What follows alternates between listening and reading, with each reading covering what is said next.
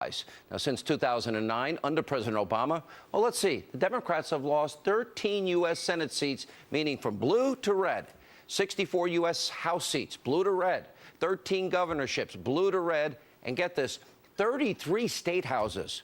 Wow, what a legacy.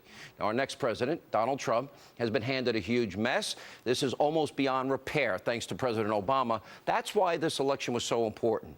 And now Republicans, they have no excuses why they can't get things done. President-elect Trump needs to keep in mind that the media, they're never going to like him, especially after WikiLeaks exposed that the press was openly colluding with the Clinton campaign, like CNBC and MSNBC and CNN and the New York Times and the whole rest of them. Now, the president-elect also needs to understand the Republican establishment, they're not going to be his friend either. He needs to stay focused and remember the promises to you, the American people. You know the promises: repeal and replace Obamacare, identify radical Islam, lower taxes, repatriate corporate profits, build the border wall, appoint originalists to the Supreme Court, fix inner cities, energy independence, drain the swamp, send education back to the states, say radical Islam, vet refugees, all of these important issues, free trade. He has to remember you, the American people, what I call the forgotten men and women of this country in this election.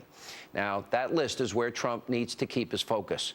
If President Obama, if he wants to keep calling for protests, then that will be his legacy, one of division, rich versus poor, old versus young, black versus white, always dividing. That's what you get under President Obama.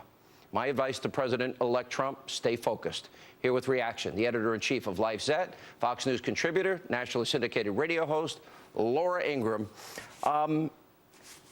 I talk about the alt-radical left. Who are these people? Occupy? Yeah. Right? Occupy? Yeah. They are Occupy Wall Street. MoveOn.org. Black Lives Matter. Pigs in a blanket fry 'em like bacon. What do we want? Dead cops. When do we want them now? Weren't they embraced by both Hillary and Obama? Does that make them alt-radical left, meaning the president and Hillary? Yeah, the nomenclature is so tedious. It's used to demean and dismiss the viewpoints of more traditionally focused Americans, Sean. And I'd throw in La Raza, the Mexican-American Legal Defense Organization, MALDEF. There are a whole bunch of amnesty groups that are loosely connected that have the same goal, which is to essentially eliminate any border enforcement in the United States and bring about kind of a borderless North America. That's their ultimate goal. They say it's just, things like immigration reform.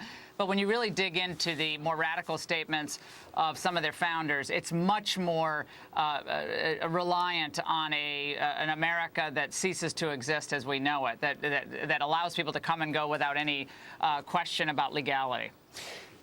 You watch the media, they're like sharks, and they're now circling. They've been exposed as colluding with the Clinton campaign. Yeah.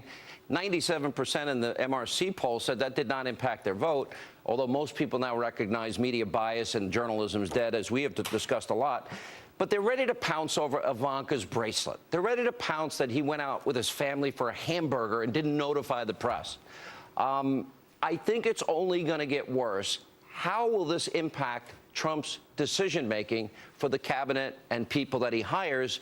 Because they're going to look for any little thing that maybe somebody said or did in their past. Well, if past is prologue, it won't have any effect on what the president-elect is going to do as far as decisions on the cabinet.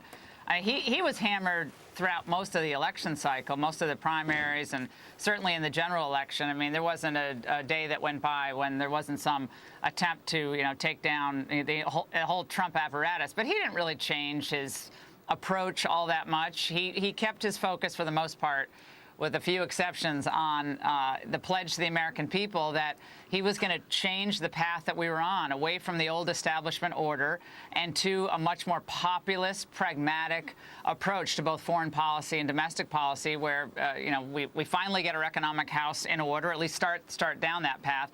We enforce our borders. We get rid of Obamacare.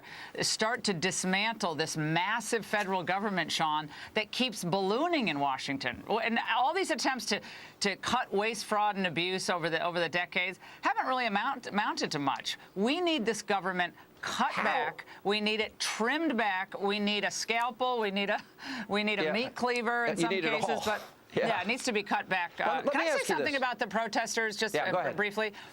When you go back to Saul Alinsky's Rules for Radicals, and I know you've talked about it so well on this show over the years, but there's that one rule that says that the protests have to be relentless, and they have to be so disruptive and so constant that they change and disrupt the normal order of things. And you can never have any conversation between the protesters and their opponents. The opponents of the protesters always have to be described as evil, immoral and evil. So that's what's really playing out in this very organized effort to disrupt the normal course of whether it's commerce or traffic or even schools to some effect. Yeah. And it's straight out of Saul Alinsky. I mean, this is a Saul Alinsky When pattern you went we're to seeing. when you went to Dartmouth, did you have a cry room? Did you ever color in coloring books or play with Play-Doh or get hot cocoa from your professors? Any of that happen? No. That didn't I was happen? I was causing trouble at the Dartmouth Review when I was editing that. So I was.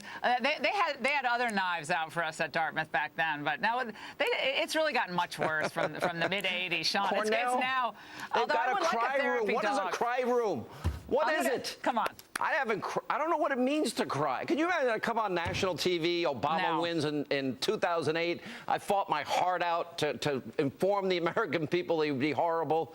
I end up being right. I wish I wasn't. Yeah. And I came on the air with a dog to comfort me and have somebody, a producer, bring me a hot cocoa Well, and a remember, coloring book. A coloring book, Play-Doh? No. Yeah, they bring Play-Doh, coloring books, Legos. I mean, we're infantilizing adulthood, Sean. And remember, masculinity itself is considered a threat on college campuses. Yeah, that's true. Masculinity, a guy's guy, no, you can't be that. That in and of itself is microaggression. And so you have to rein in all the masculine, pronouns. You have to get rid of all that, and everything has to be gender norms so everyone feels all the same. It's May I please have permission to kiss you goodnight? You say to your date. Exactly. Isn't that romantic? That's so romantic. Would you like to come into my cry room and color with me? Great date. All right. No. Thanks, Laura. Good to see you, Sean. Take care. And coming up, Senator Jeff Sessions was in Trump Tower today for the transition meetings.